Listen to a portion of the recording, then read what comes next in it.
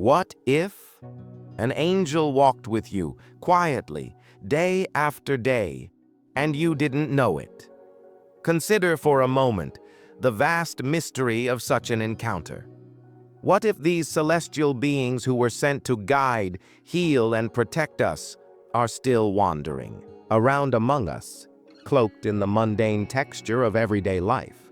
By its very nature, makes angels feel old, almost like a myth in our busy technology-driven world.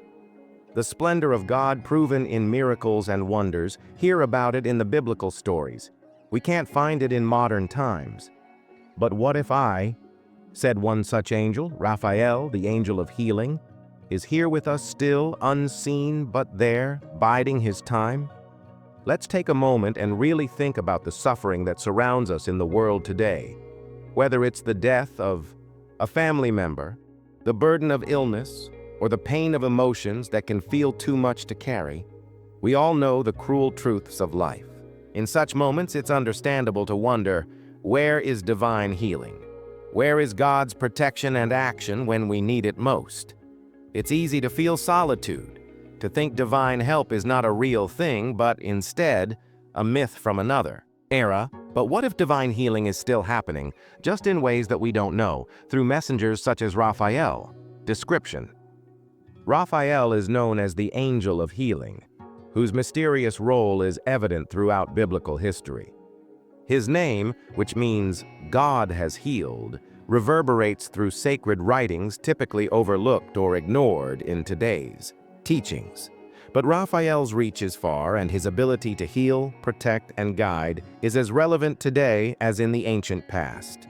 What's so gripping about his story is that he's portrayed not just as a messenger, but as a subject of the healing of the world. From the Old Testament to the apocryphal books, Raphael's presence at least reminds us that divine intervention can and does happen, even if we can't see it clear enough. Yet Raphael often plays second string, overshadowed in the mainstream teachings by the more famous biblical players like Michael or Gabriel. Why is that? Why do we so seldom hear of Raphael in church services or sermons, let alone in popular culture? As such, is it the lost legacy of the ancient Greeks, due to historical negligence, or is it something more fundamental? Some scholars suspect Raphael's contributions were intentionally downplayed. He is not as showy as the others, but being subtle does not mean that his work is any less powerful. He's not a fiery warrior like Michael, nor a staff-bearer of big pronouncements like Gabriel. Raphael's work is less showy, tending to take place behind the scenes in ways that are difficult to perceive. His story is less spectacular, but maybe that's how divine healing happens in our lives. Subtle, quiet, and not always visible to us until we look back and see how deep it really went. You are going to have to dig through lost scriptures and forgotten roles passed down through the ages to understand the enigmatic makeup of Raphael. In the Book of Tobit, an apocryphal book that most people do not know exists, Raphael plays a critical role in healing, both physical and spiritual. He comes to Tobit and his son Tobias in the form of a traveling companion, leading them through perilous travels and giving healing at the right time. Raphael does not introduce himself as an angel immediately. Rather, he embodies humanity, walking with them, advising them, guiding them toward healing and wholeness. He finds his voice, his quiet guidance becomes most important, as he is becoming the source for not just physical healing, but spiritual healing and awakening as well. Within the story of Tobit, Raphael performs more than healing. He serves as protector, counselor, and angelic guide. He guides Tobias through a quest to wed Sarah, a woman afflicted by misfortune. Every previous suitor has perished on their wedding night. But with Raphael's help, Tobias not only survives this experience, but his marriage represents a promise of healing and divine grace. Raphael's unseen hand helps to fix shattered lives, to forge tranquility out of discord and confusion. His mission here is not merely to repair what's broken, but to revive faith on the part of those who lack it. But why doesn't this story get told more often? Why don't we learn of Raphael in our Sunday school lessons or read about his exploits in the mainstream teachings of the church? Raphael's story does not feature scenes of power being wielded or of good battling evil. His healing does not come with grandiose miracles or thunderous proclamations. Rather, Raphael's presence is soft and quiet like a breeze in the wind, leading us towards health, peace, and divine protection. His message is straightforward. Healing often comes when we least expect it, though the least likely channels. What does this mean for us in the present? Is it possible that Raphael walks among us still, maybe inked still, working deftly in our darkness to fit back together the fractures in our lives? How many times have we had moments of unexpected peace, or of being healed only to dismiss them all as mere coincidence? What if those moments were Raphael offering divine healing through intervention of a way that we do not understand? We may not always know what Raphael's work in our lives entails, but he is now and will always be present. And the work we must engage with to experience it is that of the seen and the unseen, the heard and the unheard, the noticed and the unnoticed. Just because we don't see something doesn't mean it's not there. In fact, more often than not, some of the greatest transformations in our lives occur in the most subtle of instances, when we least suspect it. Today, if you are coping with challenges that seem overwhelming, a death, an illness, or the pressure of life itself, remember that divine healing may be at work in the world, concealed still and silent, but working within our hearts and minds like a hidden messenger. Raphael's healing touch transcends time and space, and it is possible that this angel walks beside us today, orders our steps closer to restoration and peace. Maybe it's time to stop seeking big signs and start listening for the small, quiet moments when healing and protection come in surprising forms. So let's reminisce. Have you ever had an unexplainable moment of peace? A moment of healing? Perhaps Raphael or another unseen messenger was working quietly in your life. A healing sometimes doesn't come in loud, crashing, attention-gathering ways. Have an open heart that signs shall start showing up just around you. If this story resonates with you, add your voice, subscribe to Bible Says, and send a super thanks. Do you think you have ever met a hidden messenger in your life? Share your story in the comments. Righteous Tobit found himself in a dark, hard place. Having lost his vision at an old age, he muttered with heartache, sinking into a despair he felt he could not express, and increasingly reliant on relatives who felt sorry for him. He was afflicted because of a terrible accident. Bird droppings landed in his eyes while he was sleeping, which eventually caused him to go blind. There were no doctors then that could cure him, and his other prayers for healing went unanswered. He remained blind. But this was not the only sorrow Tobit suffered. His life had once opened up with promise and light, but had instead been marked by misfortune. He had become bankrupt, and his family was living in poverty. Now blind and destitute, he could do nothing to help the dead, as he once did in secret to escape punishment at the hands of the king. Tobit's son, Tobiah, was an outstanding young man who had grown up under the influence of his father's virtue. Even though their family situation was challenging, Tobiah had stayed faithful to his father and respected him sincerely.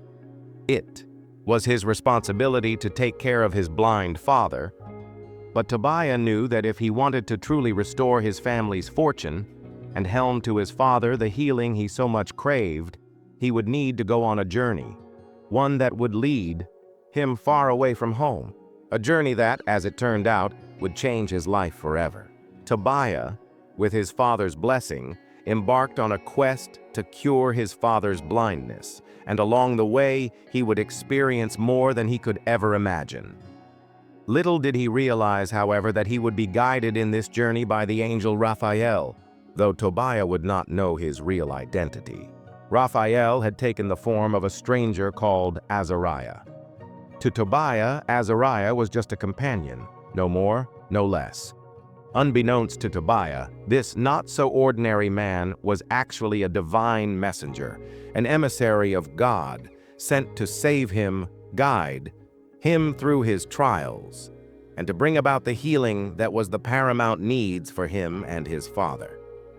Azariah initially appeared to be a kind and helpful traveler, providing guidance and assistance to the group throughout their treacherous journey. And Tobiah, knowing that he could rest and commune with such a wise and learned traveler about the journey ahead of him, did not understand the plan that God had put before him. From the darkest times of Tobit, from the days of the captivity of Jerusalem through to the days of the end of Tobit, we learn that the path to find a cure for his blindness was not only dangerous, but many of them to be threats. But one of the first threats Tobiah would encounter was a demon known as Asmodeus, a strong and terrible beast that had killed Sarah's 7 husbands before their wedding night. Asmodeus made life miserable and agonizing for Shen many, and was cannibalistic in his anger. He cast a pall over Sarah, the woman Tobiah was intended to marry. It was that she had been haunted by this demon who murdered all her suitors in turn, and that she had accepted a life of solitude and misery. But God had a plan, and it required Tobiah and Raphael. The stranger who went with Tobiah was Azariah, and his sole mission was to protect him from the dangers ahead, and to ensure that he could marry Sarah without interference from the demon. When they drew near to the house of Sarah, Azariah said to Tobiah, he instructed him to burn the heart and liver of a fish they had caught while traveling. This would act as a stronger incense to repel the demon, finally casting out Asmodeus for good. Tobiah obeyed Azariah and did the thing as he said. The demon, overwhelmed by the incense's power, fled, and Sarah's descriptions were finally over. With the demon exorcised, Tobiah married Sarah. The fortitude that had resulted from the exorcism was now whole, and the newlyweds could begin their life together, unencumbered by the specter of the malevolence that had yet haunted them. But that wasn't the end of the story. The real miracle of the journey was in what happened next. Following the marriage, Tobiah and Sarah went back to Tobit's house and told him the good news. And it was at that moment that Azariah, the stranger who had led Tobiah through all the stages of this journey, discovered who he really was. Not just a fellow pilgrim, but a messenger from God, Raphael, the Archangel of healing. The true identity of Raphael as a divine messenger was revealed in a moment of awe. All along he was with Tobiah, giving wisdom and protecting him from the dangers ahead. In the lives of both Tobiah and Tobit, his role was nothing less than miraculous. Not only had Raphael successfully guided Tobiah on his journey, but he also had been instrumental in the healing of Tobit's blindness. Tobiah then returned home and applied the remedy given him by Raphael to the eyes of his father to restore his sight. The blind Tobit could now see again with great joy, and overwhelming relief filled his heart. The healing that happened was not only physical, but also spiritual. His encounter with Raphael actually became an encounter with God, based on a strong and total experience of faith renewal. It is that prayer he had prayed long and hard for divine intervention, and here it was, in the spirit of Raphael, as he understood Raphael. That prayer was answered in ways inexplicable. Raphael's love, care, and protection over both father and son was a reflection of God's never-ending mercy and grace. The miracle of healing, both physical and emotional, was a wonderful reminder of the divine presence that is always at work, quietly guiding us through our darkest hours, and back to light and peace. Raphael's story with Tobiah was an intervention that God engaged, a story of protection in the way of danger, a story of healing and restoration, and a story of an unwavering commitment to God's will.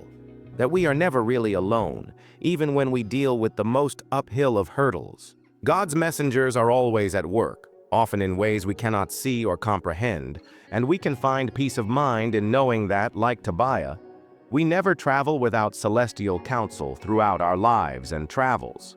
Be it in the guise of a stranger or a whisper on the wind, the divine is always present, working behind the scenes to keep us safe and well, that we can be healed in the procession. Ultimately, Tobit and Tobiah experience hope, faith, and miraculous transformation.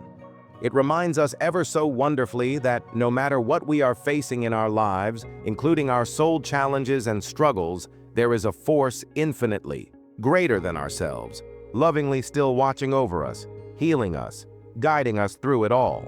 Leaning into the beauty of their own words, Raymond reflects. Raphael walks beside Tobiah, so does divine guidance walk with us, whether we realize it or not. The Book of Tobit, which was found in many early Christian Bibles, has a strange history. The sacred nature of the Enuma Elish's presence in the canon drifted over the centuries, disappearing from most Protestant Bibles and finding itself in the Apocrypha, a category of books many Christians do not recognize as canonical. This choice was not a mundane historical error. It reflected substantial theological contests, council verdicts, and ecclesial reforms that would determine how Christian dogma and text would be conceived and enacted. The story of Tobit and his son Tobiah, along with the divine protectorate of Archangel Raphael, harbors deep spiritual significance. Its expulsion from the Bible created a long-lasting influence on perceptions of divine healing, guidance, and the potency of angels in Christian tradition. The exclusion of the Book of Tobit started in the early Christian councils, 4th century Council of Carthage, and continued with the Protestant Reformation, 16th century. These developments played a crucial role in the establishment of the canon, particularly of the Old Testament. Early on, the Christian way of seeing the scriptures was much wider, which included writings in Greek and Hebrew that were not universally recognized as canonical by all groups within the Christian fold. The Book of Tobit was included in the Septuagint, a Greek translation of the Hebrew Bible that was popular among early Christians, especially those in the Eastern Orthodox Church. But in the development of the Church, particularly post-Roman Catholicism, a clearer decision was made to tighten the list of scriptures that would be considered acceptable. The Protestant Reformation made this process even more complex. Some reformers like Martin Luther even raised questions over the authority of certain books in the Bible, including those outside the Hebrew scripts. These include the Book of Tobit, as well as the books of Judith and the Wisdom of Solomon, to name a few deemed apocryphal and thus not divinely inspired.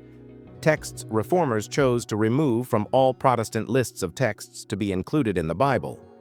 Not only was this exclusion a theological argument about what should be sacred reading, but a political and cultural war as well. Initiated in the early 1500s, the Protestant Reformation aimed to reform both the Catholic Church's liturgical practices as well as the Church's role regarding tradition and authority. It also eventually confirmed Tobit as canon based upon this Septuagint that the Catholic Church had accepted, as well as the other additional books as canon, Council of Trent, 1546.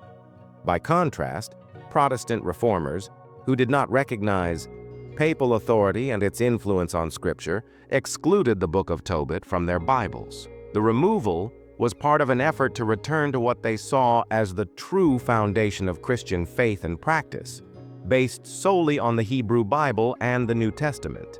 This also reflected rising tensions over the place of tradition versus sola scriptura, the doctrine that Scripture universally is the final authority for Christians in life and teaching. These decisions gradually contributed to the omission of the Book of Tobit from most Protestant editions of the Bible, creating a vacuum in the comprehension of angelic intervention and divine healing. The tale of Tobit is not just a story about a man's struggle with blindness and a son's devotion. It introduces a new figure in the biblical narratives, the Archangel Raphael, who as a guide, protector, and healer operates in a corporeal manner. A central feature of the story was Raphael's active role in human affairs. He not only helps Tobiah find a cure for his father, but he also drives the demon that tormented Sarah out of her to destroy her marriage, and this helped reinforce belief in an active personal divine intervention in human affairs. The removal of the Book of Tobit theological framework of angelic assistance and physical personal healing from the hand of the Lord was simply lost. For many early Christians, this book was a reminder that the angels of God were not just distant figures but were part of the daily struggles of believers, giving comfort, protection, and healing when necessary. This removal achieves far more than the simple loss of a story. The spiritual consequences are far more pervasive. For centuries, the Book of Tobit had brought comfort and inspiration, meeting the believer with the reassuring message that divine assistance was not lacking. And the healing of Tobit's blindness, a miracle facilitated through the agency of Raphael, was evidence that God could intervene in the most personal physical manner. The loss of this book helped set in motion a shift in Christian thinking that, at its worst, made God feel more distant and removed from the lives of believers. The notion that angels participated actively, personally in human lives gradually gave way to a more abstract understanding of the divine action. Over time, many Christians began to see angels as more symbol than reality, and the direct personal connection to divine messengers receded. The removal of this doctrine has profound spiritual and theological implications. The story of Raphael in the Book of Tobit is a vivid example of how God's leading can come as an outsider in the appearance of a stranger, and how the visitation from God does not always appear as such at the time. In removing this story from the Bible, the Church denied believers a model for understanding the active and ongoing presence of angels in their lives. Through detailing Raphael's healing abilities and his involvement with the overcoming of sources of evil, the book demonstrates larger spiritual truths about the nature of God's kingdom, wherein even the forces of darkness must obey his authority. After the Book of Tobit was removed from the biblical canon, these truths were rendered myopic, losing their proper focus on the practical function that angels performed in the lives of believers. The Book of Tobit is not present in many Christian Bibles, and so certain key theological elements regarding the nature of healing were thus erased. The kind of healing in Tobit is not just physical healing, but also spiritual healing. The narrative shows how God's power flows through human instruments, the compassionate healer or angel, and how God's healing is of body and soul. By omitting this book, the Church lost an important story that depicted healing as an intimate and corporeal act of love and grace, something not simply capable of restoring health, but of drawing people closer to God. Lacking this healing, narrative frustrated Christian interpretation of divine protection from extreme distress of body and soul.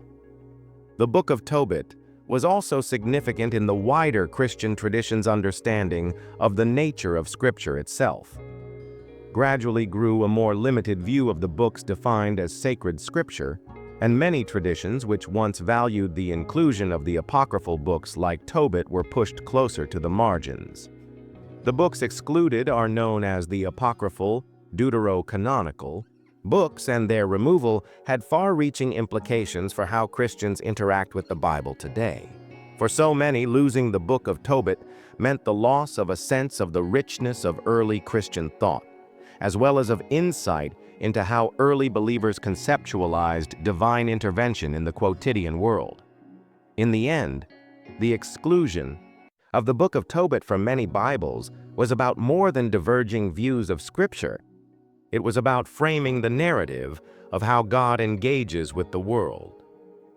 By lifting this story of angelic guidance, healing, and protection out of the Bible, the essence of it was lost. Not simply the telling of one family's miraculous recovery, but also the deep spiritual truth it embodied about the nearness of God's love and the work of angels in our lives. The Book of Tobit guides us in how to find the divine presence in the most unlikely ways, and how its absence remains carved from generations of such messages. This is the story of a little-known ancient text, the Book of Enoch, that describes divine intervention during an age of profound corruption. Central to this narrative is the story of Raphael, the Archangel, as it relates to the cosmic battle against the fallen angels and Nephilim. These angels, the leading one being Azazel, came down to earth and corrupted mankind by teaching things that men should not know, which included violence and destruction as well as moral decay. Disorder in heaven disrupted the divine will, and the earth followed with the coming of the rebellious offspring of the angels. And as the earth groaned under the burden of this corruption, God gave an order that would lay the groundwork for Raphael's divine purpose: bind Azazel, leader of the fallen angels, and heal the earth that had been stained by their presence. Raphael's mission, according to the Book of Enoch, is cosmic. His mission, to smite the fallen angels. A smiting follows directly after reward, after all, and to bring the world ravaged by their deeds into balance once again. After falling from heaven, a group known as the Nephilim came to earth, terrorizing it as giants, sowing nothing but destruction. They corrupt not only the flesh in a physical sense, but also the spirit in a moral one, as the teachings of these angels provided the human race with elements that deviated from the divine order intended by God. These angels, once great, who, corrupted themselves, had befouled nature, and now soiled the only pure places left on earth. So Raphael's brief is monumental. His task is to bind Azazel, the primary instigator of this corruption, and restore the earth to its rightful state, free of these fallen beings. Raphael's mission is not just a story of punishment, but one of healing. God's instructions to Raphael are simple: bind Azazel, heal creation. The earth must be cleansed from the evil and corruption associated with the fallen angels during this healing. It is not simply a matter of healing and the earth just being healed. Raphael, whose name means God heals, has great power, for he is one of the chief archangels and thus is entrusted with carrying out God's will on earth. From his duty in the heavenly war to fighting the devils, he is to restore blessing to the world. Raphael's healing is both physical and spiritual. It attempts to undo the harm done by the angels and their monstrous children. Where violent and corrupt mankind lately stridulated over this earth, there is now a deep need for purification, and Raphael is the instrument of that purification. And Raphael's power and authority are steeped in this heavenly world within, the Book of Enoch. As an archangel, he is a messenger of God, used in the battle of good and evil. He is faithful to God's command, and in his fidelity, the cosmic order is restored. But Raphael's power doesn't come from within him. It is a divine power that comes straight from God. A remarkable indication of what is expected of us. By serving the will of God through obedience, we can bind Azazel and heal the earth through the mission God trusts us to carry out. In some ways, Raphael's work in the Book of Enoch reflects the function of the other archangels, who perform their tasks to keep the balance of the cosmos. But Raphael's purpose is unprecedented. It involves both destruction, as he must purge the cover-up through the hand of God, and healing, because he is charged with restoring the earth. The downfall of the angels and the corruption of the earth are mirrors of humanity's own moral decay. Initially, they were celestial creatures of light, but they couldn't resist the temptations set by God, and the angels fell, coming down to our world where they revealed bone-chilling knowledge to the humans. Arcane knowledge, appropriately. Enough in war, magic, and other nefarious practices was taught to and by these Nephilim, Hebrew giants, who subjugated humanity with fierce brutality. They brought bloodshed and terror upon humanity, and the Nephilim came to the verge of wiping earth clean of humanity. Therefore, God compiled Raphael to bind Azazel, the chief of fallen angels, and heal the world from what had been done. This cleansing was not simply physical, but spiritual. It was intended to return humanity to the right relationship with God and the natural order that humanity had disrupted. Raphael's significance in this cosmic purging is not only due to the power he exerts, but also the obedience he shows in executing God's will. It is a mission that has nothing to do with fame, power, or glory for himself. He serves God and serves the planet. Raphael dutifully does as commanded by God. Whereas the fallen angels aspired to raise themselves up, even against God, Raphael carries on with his assignment with diligence and faithfulness. As both healer and warrior, he occupies a unique position in heaven, where he is purpose-built to reinstate order when the world is in chaos. Both the cosmic battle between Raphael and the fallen angels is a powerful and dramatic narrative, one that fits into the larger motifs of good versus evil and the need for divine intervention in times of crisis. Through Raphael's actions, the fallen angels, those who sought to corrupt humanity and the earth, are ultimately vanquished. But these numbers are not just about punishment, they are about restoration. Raphael must bind Azazel and also heal the earth and return it to a pristine state. This healing is part of their mission, for it demonstrates that divine action is not merely about purging evil, but also about renewing goodness and wholeness.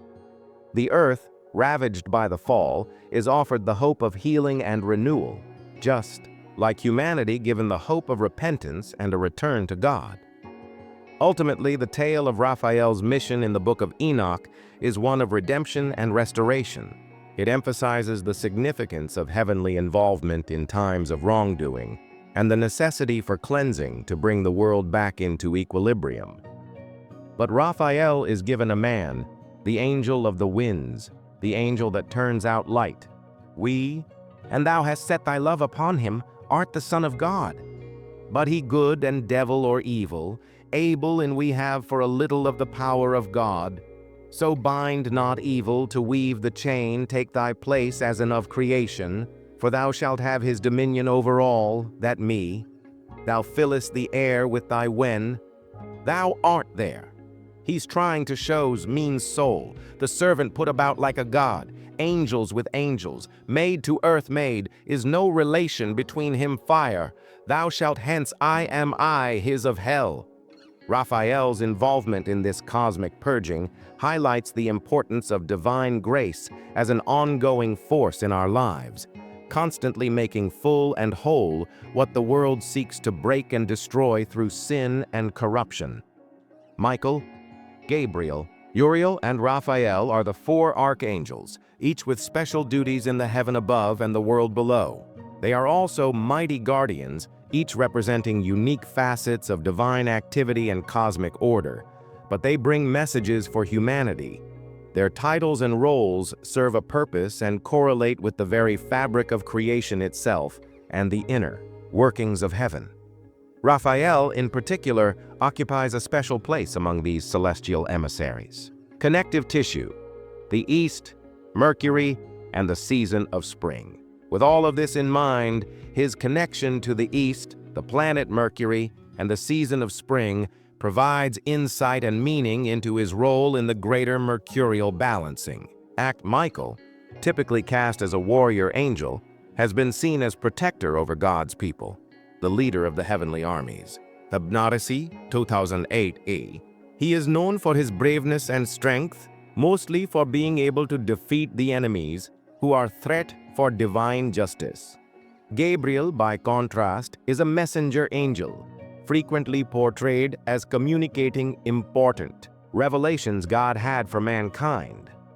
He is the same one who announces Jesus' birth to Mary and resurrection to the apostles, denoting divine communication as well as the passing of crucial information.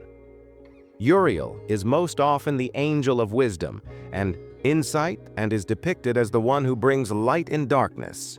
He is a symbol of wisdom, of enlightenment, and the wisdom that leads them through the trials of the Spirit.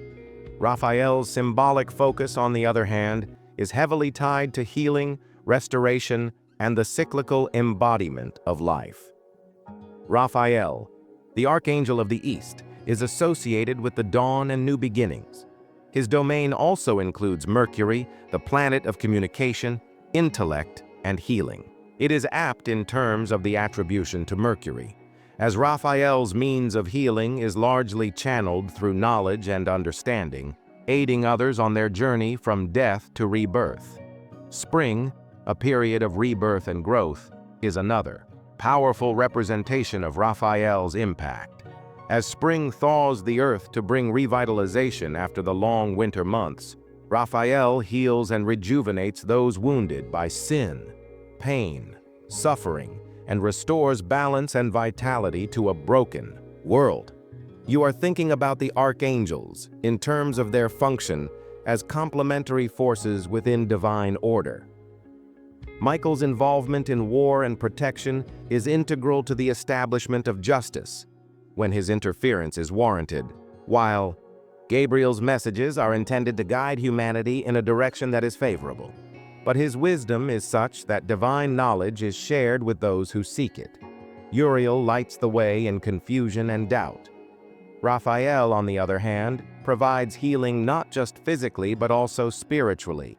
He is a restorative force who brings people and communities back into accord with the divine purpose. Healing that is not limited to the sickness we may carry and the bodies we have broken, but rather a restoration to the reed synergies and sanctification to heal the broken rifts between doing our own will against that of God that may lay to wake our wounds.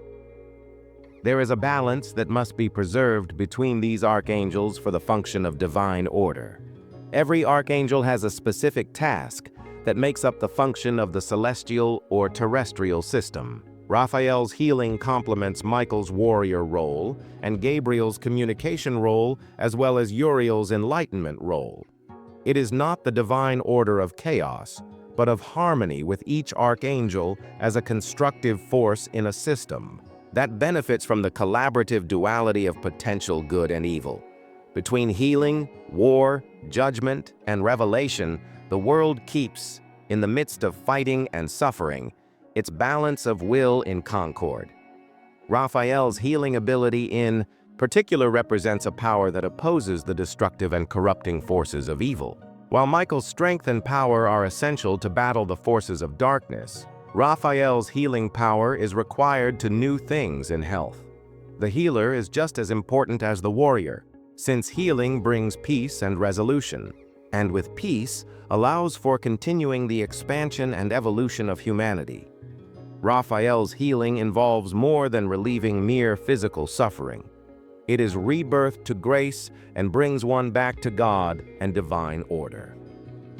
The domain and role of each archangel are also incredibly symbolic of many different elements of life. Michael's relationship to war signifies the fire element, symbolizing passion, warfare, and change. Water is the element that resonates with Gabriel's role as a messenger of revelation, associated with purification, fluidity, and the sharing of sacred truth. Uriel is closely associated with the air element, intellect, knowledge, and the breath of life that flows through all living things. Raphael's association with the east, Mercury, and spring links him to the element of earth and the qualities therein of growing, nurturing, and nature's healing potential. These forces represent all that is, and will be, so these elements act together to make sure the balance is preserved and react to divine will so that it may manifest on earth. Raphael's healing powers are frequently viewed as a gift from God, a grace conferred to those who are suffering or need restoration. Notably, he is said to be the archangel who aids in physical healings, especially when we find ourselves racked with illness or injury. But his healing goes well beyond the physical. He is also the Widi to assist the individual in curing himself of spiritual watchword and other ills vigil. Thus, he bridges the human and the divine, reparatively restoring what was broken, helping those not yet whole return to wholeness. He heals in the material and spiritual realms, making the impossible possible, and works across time and space. Raphael's gift is also intimately tied to his role as a healer, because healing is about restoration. There, like humanity, the earth exists sometimes in states of disrepair and suffering. Raphael's task is to lead the world through these seasons of trial and to inspire a revitalization of existence. Spring succeeds winter. Raphael's cure is the dawn of a new time, other occasions of a revival. His healing reminds us that even when the world is broken, it can be restored, renewed, and even divinely healed. The cosmic view is well captured by Raphael, whose name means God heals, but it goes well beyond the individual to the well-being of the world, which, in the hands of God, also needs healing to maintain divine order. In the grand order of the cosmos, the archangels are the different faces of God's will motivators, in teams maintaining the equilibrium of the universe.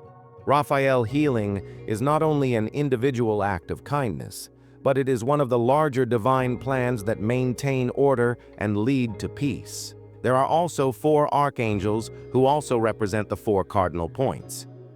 This manifestation of God's universe structure guarantees that on one end, destruction and corruption, there is on the other, healing and renewal embodied in the archangel, Raphael, whose divine mission is to heal everything that exists to bring him closer to God. In Raphael's work, the earth and humanity have the opportunity to heal, grow, and return to their original, intended state of grace. With Eden having long been lost, the world was plunged into an imperfect state, and humankind was in desperate need of healing. The pristine and incorrupted world of the garden had been replaced with one of pain, sickness, and death. However, in this brokenness is a desire to be made whole, a desire to know what it means to heal like it was in the Garden of Eden. For many, this need for healing extends beyond physical fixes. It deepens into the spiritual. Man is not only trying to heal broken bodies, he is trying to reconnect to a lost bridge to the divine, to knowledge that can be so easily touched in the original pure world of paradise. God intervenes, and the story of healing in the world post-Eden is complex and intertwined. As the world that had made the choice to turn from the Creator began to fill with sickness and heartbreak, people began to discuss the answers they believed lay in the earth itself. Because this knowledge had been humanity's in the garden, it is often said, even during such troubled times, the angels, especially Raphael, were pivotal in keeping humanity safe, as well as ensuring healing passed through the ages. For Christians, he is a healer, and the divine healer, and is said to be the one to keep guard over this sacred knowledge, knowledge that can heal the body and the soul.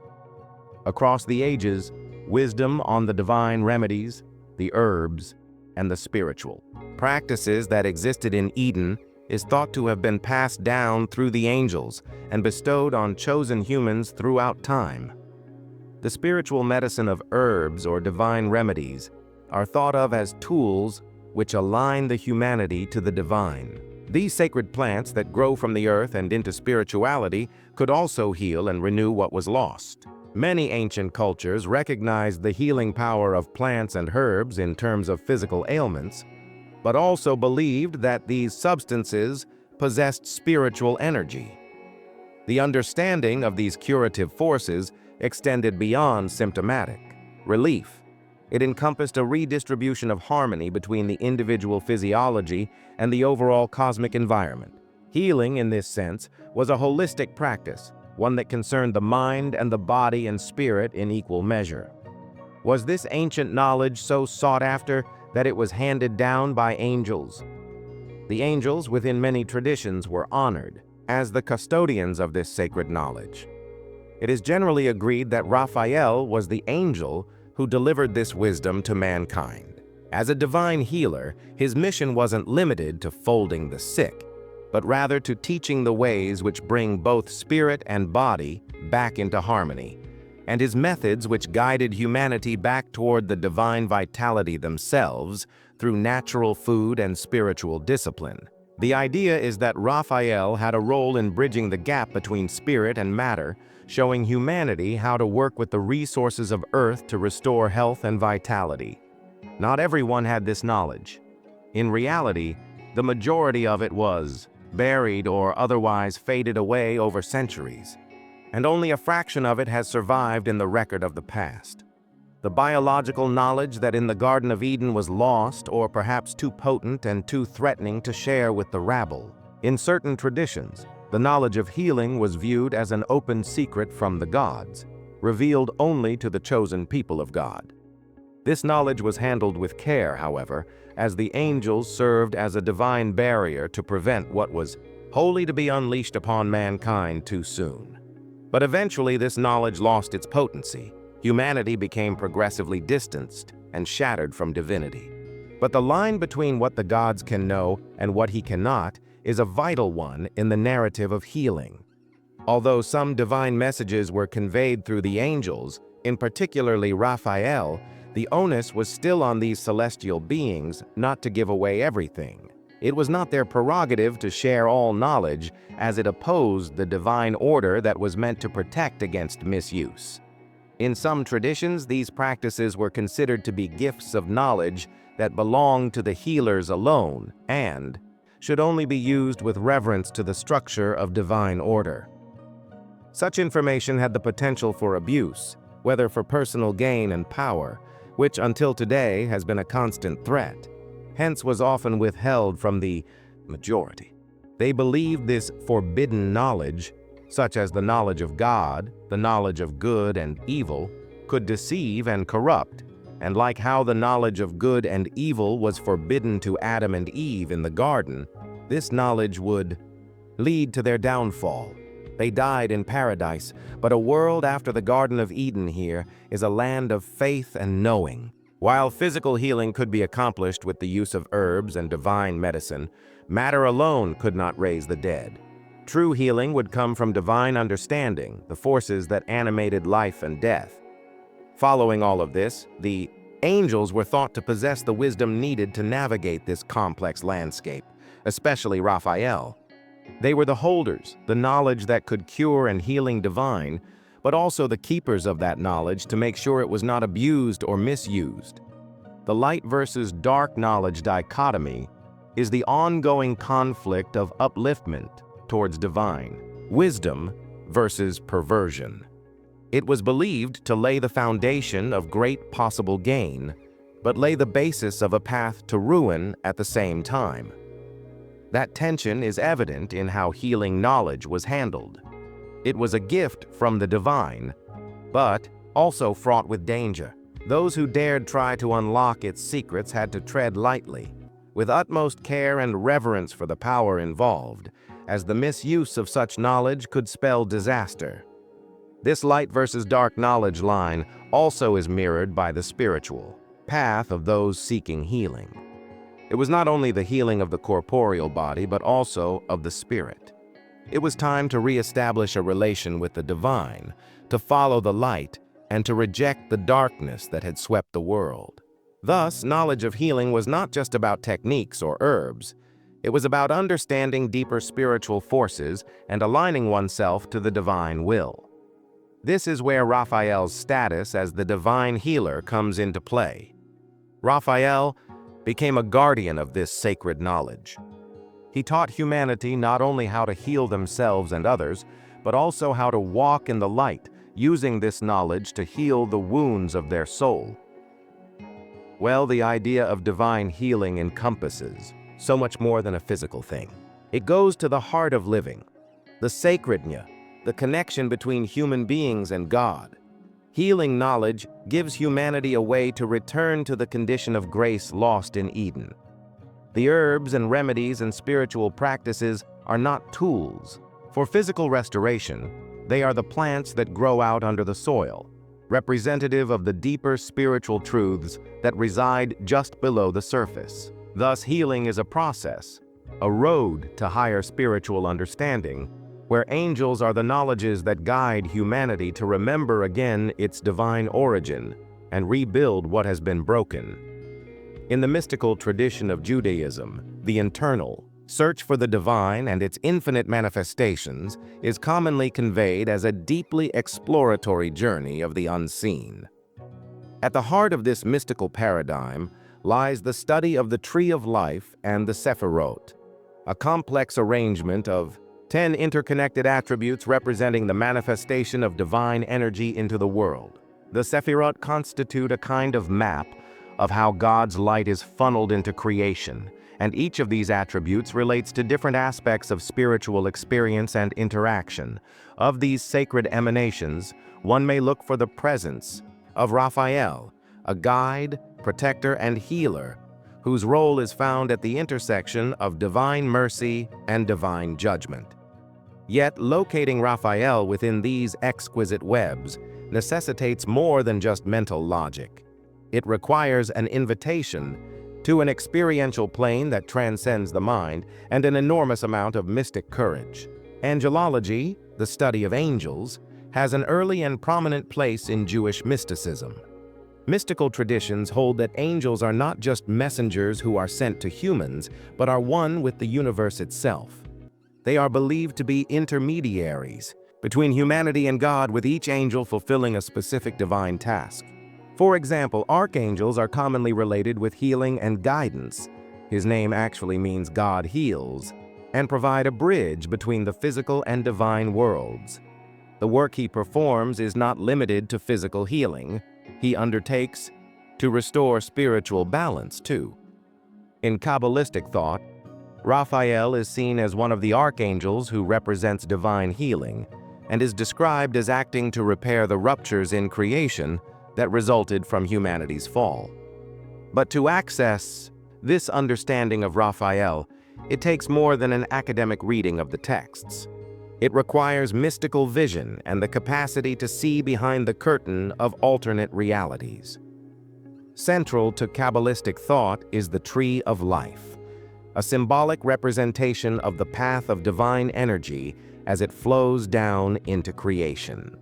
The Sephirot are arranged into 3 columns: the left, the right, and the center. These are arranged into 3 columns of 3 Sephirot, with the central column regarded as the central pillar, balancing and transmitting the divine current between the 2 others. Raphael is sometimes connected with the Sephirot, which correspond with the column of mercy called Chesed. This column represents compassion, love, and kindness, and Raphael, the angel of healing, represent this. But his link with Chesed also doesn't mean that he is just some passive bearer of softness and gentleness. In fact, Raphael's potency and dominion derive from his close affinity with divine mercy, with which he heals and repairs what is broken in the corresponding realms of the material and spiritual. Though this act is born of compassion, I am not above being diplomatic. Ultimately, to realize healing of heart often requires the challenge of the uncomfortable, the exposing of what is wrong in order to brace for change in all things. The Sephirot may guide the basic map of divine emanations, but Raphael is not always evident at first glance. For example, the mystical or hidden knowledge of Jewish Kabbalistic traditions suggests that both meditation and visualization, as methods of spiritual practice, are required to understand such composite relations, involving what both men referred to as beings of pure light, energy constructs, or in some terms, godly beings. These practices have been used by mystics throughout history to see the unseen realms and connect with angels. They claim to experience Raphael consistently in dreams and visions and altered states of consciousness through the uniting of their minds and souls. These mystics would meditate and contemplate, opening themselves up to the possibility of such divine encounters, and it is said that Raphael would manifest himself in a variety of forms, sometimes as guiding light, other times as healing presence, providing the seeker with insights, protection, and guidance. Dreams are especially important in Jewish mysticism when it comes to coming into contact with angels such as Raphael. That is close, perhaps closer than a literal rendering would be. But it mustn't stop at that, because in the mystical tradition, dreams are considered not just windows into the subconscious, but also portals to higher truths. Many ancient works, including the Zohar, talk about dreams as vehicles for communicating with the divine. Angels often show up to either tell you where to go or teach you something. As a divine healer, he is often said to appear in people's dreams to heal and restore them. These dreams are perceived as sacred meetings that enable the dreamer to receive messages and healing from the angelic realm. The deep dream state becomes a medium of healing and spiritual evolution, a space wherein the essence of Raphael feels the most tangible. Besides, dreams, visions, and meditative techniques have long served mystics for gaining access to the angelic realms. Mystics who meditated deeply revealed that they would see Raphael in their inner eye as a being of light, often wings, and sometimes as a light in space. Such experiences often happen in states of extreme spiritual devotion to the occult, deep fasting, or both, as used by mystics to purge their souls of earthly diversions and get their five senses to be more in sync with the divine. In these states, Raphael can be regarded as a guide and protector, a spirit of wisdom and healing for the spiritually receptive souls who avail of his presence. To these mystics, meeting Raphael is not only about healing or guidance, but about a deeper and more holistic communion with and within the divine, a divine that includes the physical as well as the eternal. Only those brave enough to confront their shadows in a full, transformative experience, breaking down walls between themselves and their unconscious, will achieve the true ray of life known as Raphael. It is a process of being able to perceive reality beyond the material plane and understanding that there are higher powers in play. Raphael, with the other archangels, serves to connect the human experience with the divine, representing a journey of healing and a progress towards spiritual evolution. One might not immediately think of this text when considering the role of God in Kabbalistic tradition, but through its deep layers of interpretation, it plays an integral role in understanding the overarching balance between mercy and judgment, creation and destruction, and healing and suffering. From this understanding about Jesus, mystics have, through the spiritual disciplines of meditation, prayer, and contemplation, sought his presence, and still do until today, knowing that by seeking him, they are opening themselves up to the divine flow of light and healing, which goes beyond the cage of meat and bone. The study of Raphael in Jewish mysticism is not simply an intellectual activity. It is a deeply transformational process. Not only sacred texts, sacred symbols, but also a commitment to personal spiritual practice. Mystics have built their meditations on the divine qualities of Raphael, sharing his ability to heal ourselves and the world by accessing the divine mercy and compassion within. Known only to the rare open-eyed and open-hearted, this path offers the user the chance to go beyond the appearances of reality and dive deep into the matrix. In doing so, they echo the steps of Raphael, the angel of healing, and open towards deeper understanding, healing, and divine calibration. Over the centuries, Christian mystics and saints alike have narrated remarkable visions and encounters that at times dissolve the distinction between the earthly and the divine. Of these sacred narratives, one viscera-doubling figure appears over and over, an angel not of war or wrath but of healing and comfort. This is Raphael, as tradition tells that he is the angel who walks beside the sick and the wounded and the dying.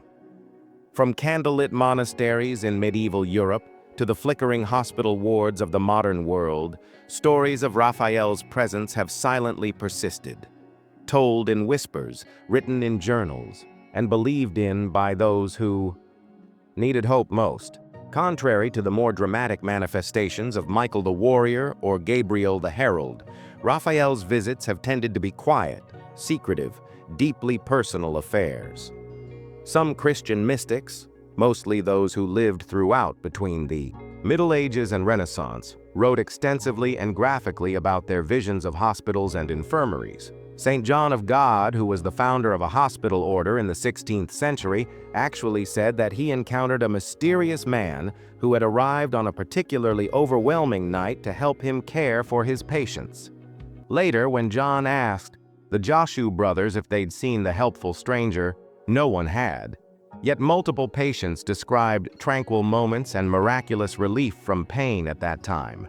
It was subsequently revealed that the mysterious figure was actually the Archangel Raphael. In the Catholic tradition, the very name Raphael means God heals, and this gentle, restorative presence seems to recur over and over throughout the visions of saints and mystics alike. A striking account appears in the life of Saint Francis of Rome, who testified that God had given her an archangel to accompany and guide her all through her life. She never named him in public, but many of her descriptions of him, particularly those related to healing the sick and protection from spiritual harm, resonate with traditional depictions of Raphael. These personal interior visions didn't compete to be spectacles, but rather angels of a deeper spiritual reality. Help from heaven walks quietly beside us, always, but most certainly in our weakest, most vulnerable moments. Raphael in these stories does not unsheathe a sword or utter great prophecies. He stands at the bedside of the dying, places unseen hands on fevered brows, and guides souls gently toward peace. Medieval miracle stories also helped establish Raphael as an angel of healing. There are repeated references to angelic figures, especially during plagues or outbreaks of deadly disease, in various hagiographies, the biographies of saints. In an anecdote from 14th century Italy, in the midst of the catastrophic scourge of the Black Death, monks in a cloister reported seeing a figure in dazzling robes pass through the halls of the infirmary. When he walked into a room, cries hushed, and some patients believed to be hopeless improved. The stories usually featured dreams or visions in which the angel identified himself as Raphael or left behind symbolic traces. Herbs, olive leaves, or even an overwhelming scent that flooded the room with peace. These accounts may seem otherworldly, but they profoundly influenced the ways in which Christians began to envision the role of angels in daily life.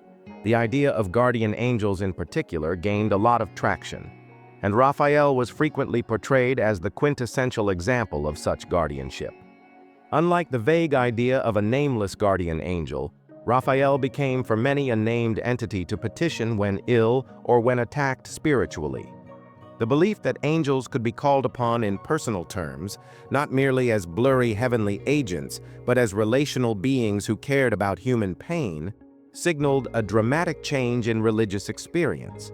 People not only believed in angels, they also started praying to them directly, and none more so than Raphael when sickness entered their homes. This spiritual discipline was hardly the province of monasteries and mystics.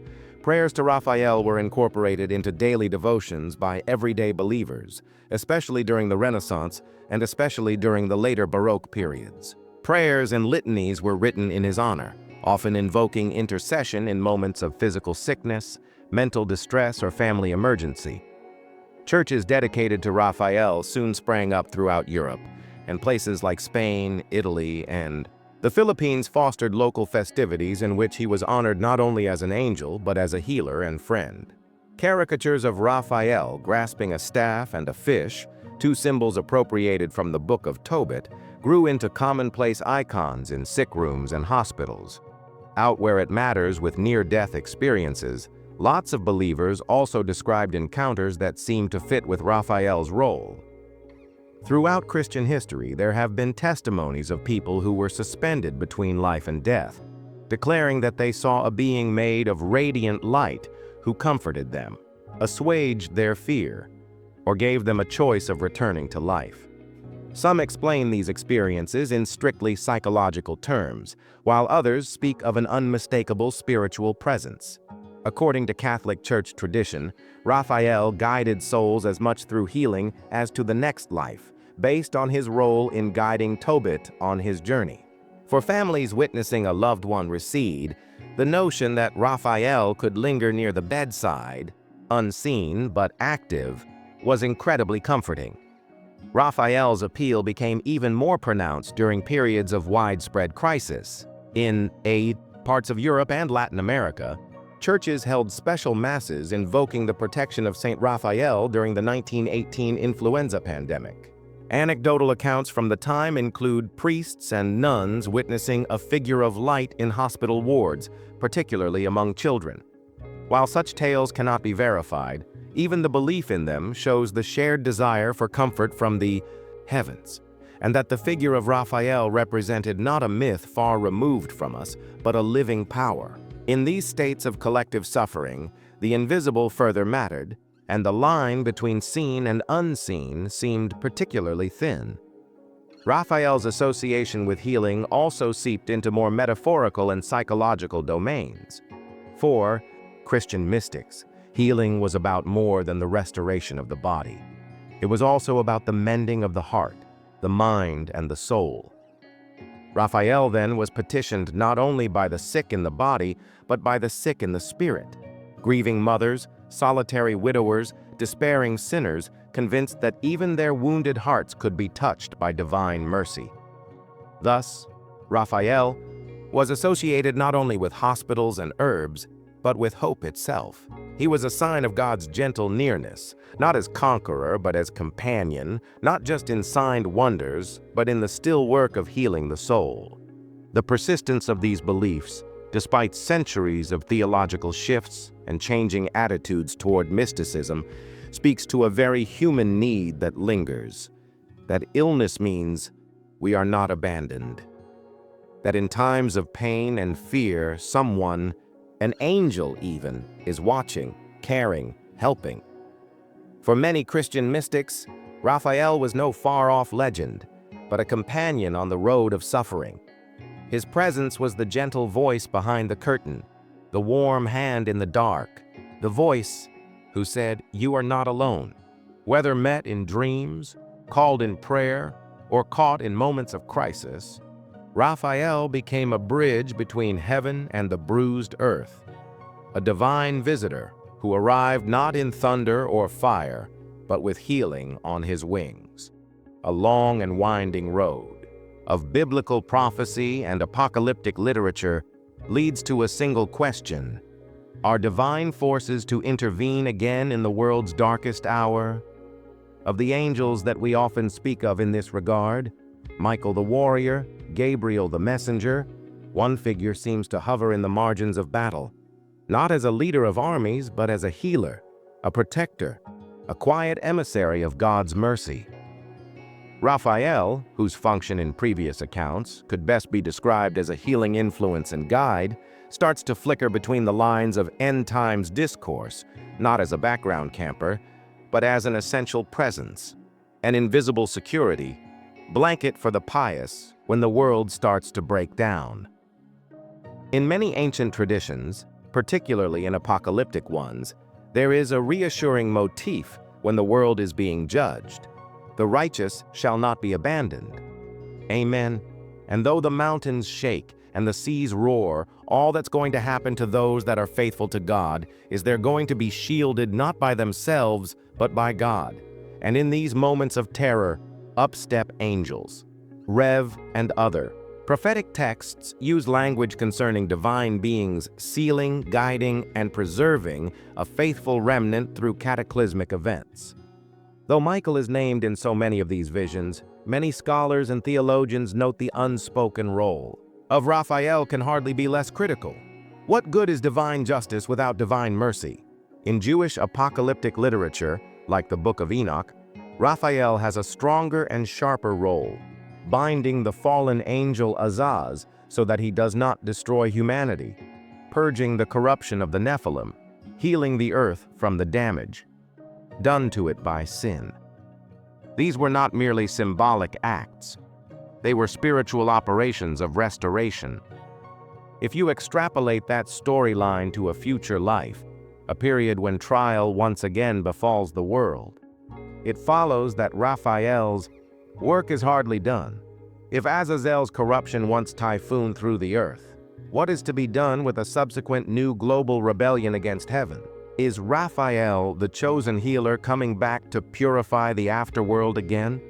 According to many prophetic texts, at the time of tribulation, the earth suffers greatly, both physically and spiritually. As judgments begin to rain down, disease, war, famine, and deception are unleashed. Yet in all this turmoil there is always a thread of hope, the protection of God's remnant. The book of Revelation speaks of those who are sealed on their foreheads, spared from specific judgments because they are God's. This sealing suggests that a divine register actively intervenes to protect. Is it Raphael, God's healing angel, who quietly bestows this protection as the world crumbles about them?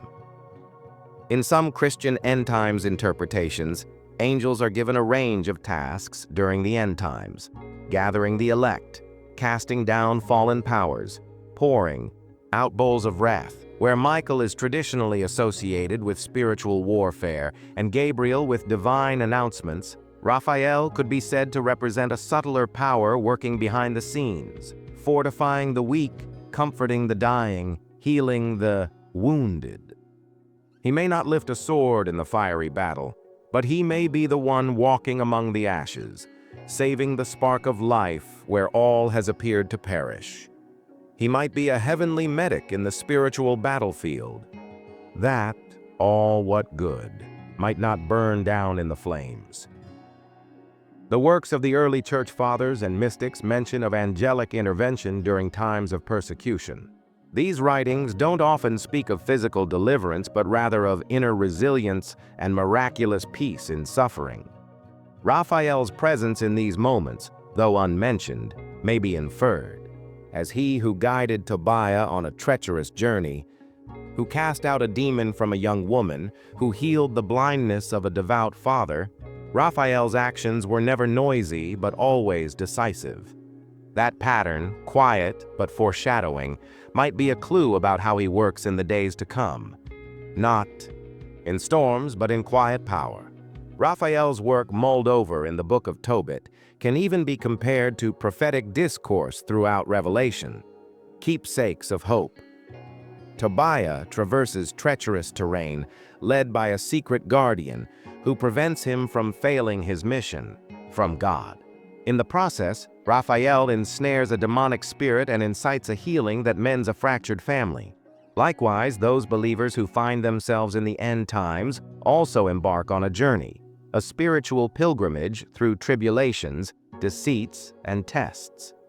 Having a divine shepherd who gently leads them forward, who secretly battles against unseen demonic powers, and who invites restoration into the shattered parts of their souls, is a powerful and hope-filled possibility. In some interpretations of Revelation, the trumpets, seals, and bowls of wrath are not just instruments of judgment but tools of cleansing, even a final, painful remediation before new heaven and earth is born. If healing is the requirement, then of course healing angels play their part. It is possible that Raphael can be reactivated in this global process of divine surgery, as he is the one sent to heal the earth. Where systems break, he might hold the pieces together. Where hope has perished, he might reignite it. Where death appears victorious, he might be the silent breath that reminds the world that God is not yet done. In addition to texts and theology, there is also the experiential testimony of modern believers who assert encounters involving angelic figures in visions and dreams in the context of personal or global crises. While such stories are deeply personal and often unverifiable, they point to a sustaining belief that divine helpers are still with us, if not directly around us. Raphael, with his legacy of compassionate intervention, keeps showing up in these stories, embodied, not as myth, but as a living figure for those on the verge of emotional, physical, or spiritual collapse. Some have reported seeing a light in the hospital room at night. Others describe experiencing an inexplicable sense of peace in a near-death moment, or hear a voice telling them they are not alone. These are the resonances of a healing angel in business. In most Christian traditions, there's still an intense belief in angels in the last days. No, not just as messengers of judgment, but guardians of grace. Raphael is where that duality comes together. He is as much a servant of divine justice as he is a figure of mercy. He binds the corrupter, but he also restores the victim, He dispels darkness, but is the one who also heals the damage it etches in its wake. If the final battle is not merely an army clash, but a war for the human soul, then Raphael's part is profound. He is not the harbinger of war, but the steward of what must be saved, the truth, the light, and the faithful heart. Raphael, thus, emerges as more than a character in ancient tales. When the world collapses, he is the Stephen of God's nearness. While others may arrive blazing or with bravado, Raphael walks amongst the ash, quietly, solid, and healing. His still presence may be what keeps the remnant from fracturing completely when everything else shatters. From the very beginning, his mission was to heal. And then at the end of it all, when the world aches for restoration, maybe it will be Raphael who steps back into the fray, not to announce the close of the book, but to save a page for the start of something new. In a moment when the world seems more fragmented than ever, torn up by war, besieged by pandemics, struggling with anxiety, and frozen by depression, there's a question that haunts many hearts. When everything feels broken, where is hope? When the darkness covers the hospitals, the fields of battle, or simply the filed tears of those fighting internal conflicts, it would be so easy to lose all faith in the existence of divine healing.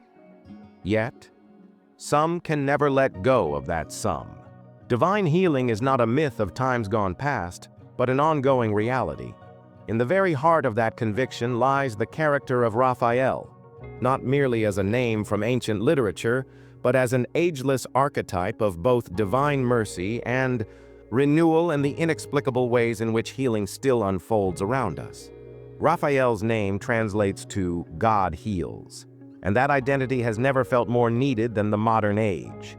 In the Book of Tobit, he shows up as a traveler, a guide, a healer, and even an exorcist, taking on physical illness, emotional despair, and spiritual bondage in a single swoop.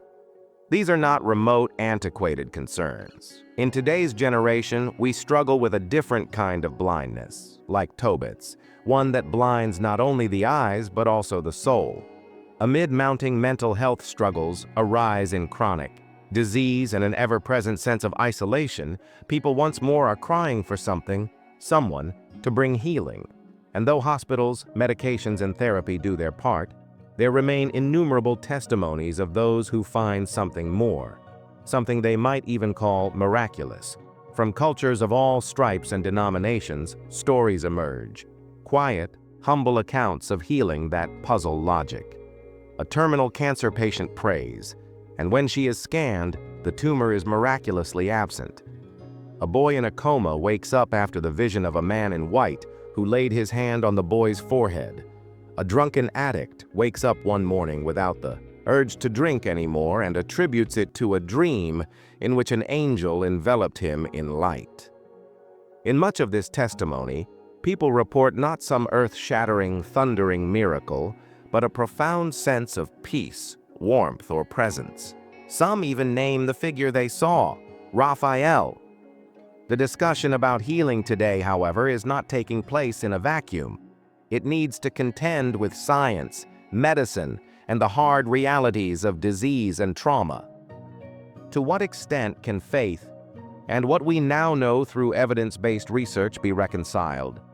Among many faithful, the answer isn't a question of either or, but of both and. Of realizing healing is both divine and medical, spiritual and scientific. Maybe angels like Raphael don't only work miracles, they also inspire the breakthroughs, guide the hands of surgeons, or soothe patients through the care of loving nurses and doctors. Divine healing, in that sense, isn't opposed to this thing called science. It can work through it. Healing, even in biblical times, was multifaceted. Raphael told Tobiah to use the heart, liver, and gall of a fish to heal and protect. This blending of inspiring help from God with practical physical substances is similar to what we might describe as integrative medicine today. It hints that divine wisdom always included the material world, and that healing tool, whether centuries-old herbs or up-to-date pharmaceutical drugs, could be God's provision. Seen in this light, science is not an enemy of faith, but one of its tools. Modern world wounds are more than skin deep. Millions suffer from depression, anxiety, PTSD, and emotional numbness.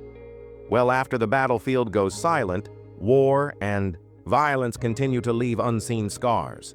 Here, too, the call for healing is heard. And in these deeply athletic struggles, Raphael's evocation could not be more pertinent. He is the perfecter who walks quietly next to the suffering, who doesn't always speak, but is there. His healing is not just the absence of pain. It is about a restoration of wholeness, bringing tranquility to the broken mind, hope to the burdened heart, and light to the groping soul. It's no accident that, in literature and mysticism, Raphael at times is called the angel of presence. Unlike angels who announce or destroy, Raphael listens, waits, and restores. For those in silent suffering today, feeling unnoticed or neglected, the notion of such a being, an agent of divine attention, brings great comfort. It mirrors the nature of a God not distant from suffering, but who is intimately concerned with it. Raphael becomes the embodiment of that concern, an indication that healing isn't just a series of events, but a relationship, a kinship of being held, helped, and made whole. In some Christian traditions, Raphael is also honored with special prayers for healing and protection. Those who pray can invite his presence today. In times of plague, famine, and societal collapse, communities have reached out to him, lighting candles and reciting novenas and prayers for his intercession. What's telling is how universal these prayers become, not tied to denomination or culture. Be it in a cathedral in Europe, a small village church in Africa, or whispered from a hospital bed in the Americas, the cry of people for healing is the same language of hope. And in many of these prayers, Raphael's name is called upon with faith that this same angel who guided Tobiah and cured Tobit still walks the earth. Whether Raphael walks the earth in the flesh or in symbol or spirit is open to consideration. Point is, it's not the touchy-feely yah of modern spirituality, but what's undeniable is the importance of what he represents.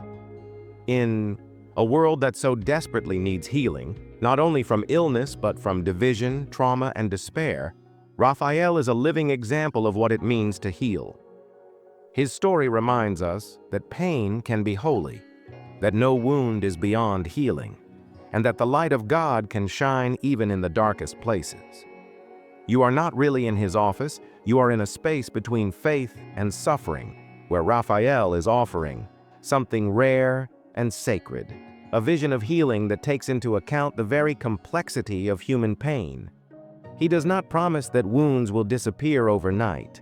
He does not shrink from the harshness of the world, but he's also proof that healing is possible, not only in ancient tales, but also in mid-modern wonders today, in hospital hallways, in prayer rooms, in recovery centers, within people who had the audacity to hope that healing was not just possible. As this generation grapples with unprecedented challenges, climate disasters, global health crises, and an epidemic of mental illness, maybe the need for divine healing has never been more acute. And perhaps the answer is not always to pray louder or have bolder faith, but to attune our hearts to the healing that is already forging a path in our lives. And in that stillness, in the recognition of such love, maybe Raphael is still moving, gentle, steadfast, and dutiful to the mission he was always assigned, to bind, to guide, to make this world know that God's mercy never fails. From the dusty streets of ancient Assyria to the bustling hospital corridors of the 21st century, Raphael's presence endures, largely unnoticed, but never entirely removed. The Book of Tobit, a sacred text of the faith that Crady has embraced, the words of which now rove with Crady through Southern California, describes Crady's tale, a whisper through the distance of centuries. What started as a story of blindness and despair gradually developed into a story of faith, love, and restoration. And while centuries have come and gone since Tobit prayed that way, the need he felt in his desperation is the same need that brings people to their knees today, looking for some greater purpose and something bigger than himself that can rescue him from his brokenness, which is a mystery in how Raphael works. He doesn't show up with a loud voice or a trumpet blast. He comes softly in the shape of companion, an aid, a friend. To Tobias, he was just Azarias, nothing miraculous, nothing odd, just a companion on the road. But under the humble cover was a being of enormous power, charged with healing, by the hand of God himself. The genius of Raphael's vocation is that he shows us that divine healing often comes not in spectacle, but in the mundane, in someone walking beside you, in a word of comfort, in a moment of bravery that you never knew you had. Today we live in a world that seems to be coming apart at the seams. We know people bear burdens that aren't always apparent, trauma that doesn't fade after decades, grief that doesn't wane, physical illness that robs energy, that thick silence of depression that clouds the heart. And yet, the hope coursing through Tobit's story continues to thrum quietly in the background of our lives. Raphael's journey was not finished with Tobiah's return. It had just started.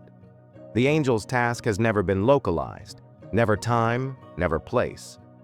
He walks through all ages, through all cultures, doing the same sacred work, to heal what is broken, to restore what is lost, to bring light into the darkest corners of the human soul.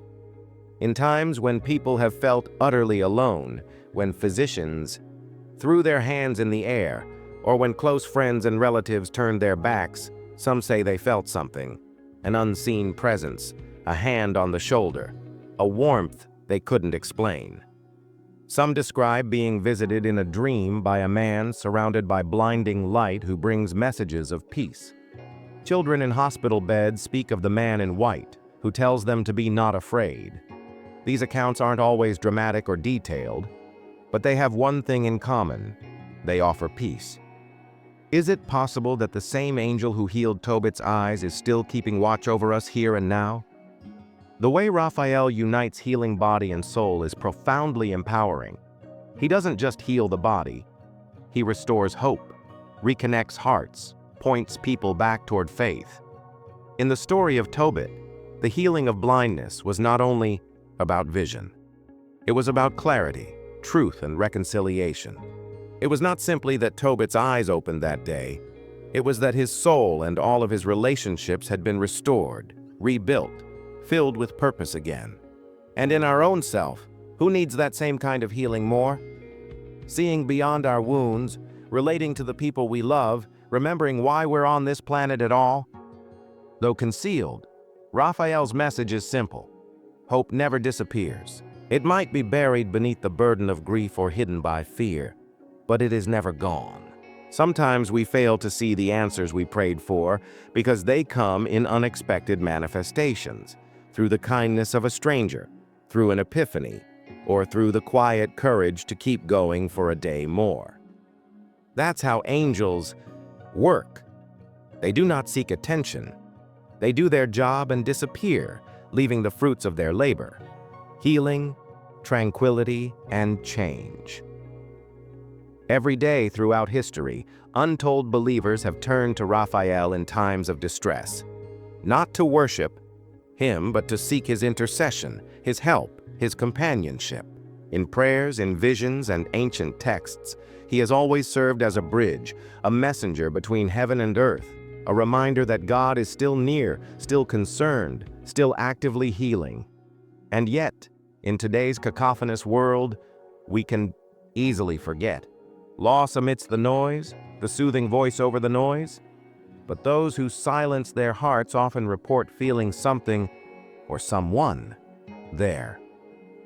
One of the greatest tragedies of modernity is not just the existence of suffering, but the lack of hope that healing is still attainable. We've relied so much on what can be seen, measured, or proven that we've stopped paying attention to the soul. Raphael's presence serves to remind us that physical healing is as much a matter of spirit as it is flesh. And sometimes, the deepest healing starts with not a miracle but a moment of belief. The moment someone begins to hope again, to look up in prayer, to believe that they are not forsaken. That is the moment the angel seems to come near. Today's world is full of questions that science can't answer, pain that medicine can't always ease, and loneliness that even community can't even fully soothe. And yet, through all of this, there is still a whisper of divine presence, the healing hand reaching through the veil of the invisible. Raphael walks alongside the dying and the desperate. He sits quietly with the grieving, waits with them in hospital rooms, and lingers near the beds of people too weak to even speak. His mission has not changed. He still answers the God who sent him, and that very God has not ceased to send assistance. There are signs, if we'll notice, moments when the impossible becomes possible, when the pain lifts without reason, when love re-enters where only anger had been. Some will say it is a coincidence. Others will know better.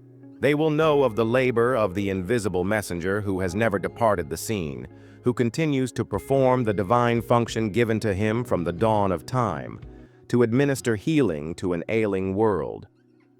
Raphael is not just a story. He is a presence, a promise, and maybe he's nearer than we know. And perhaps your healing begins when you admit he still walks among us.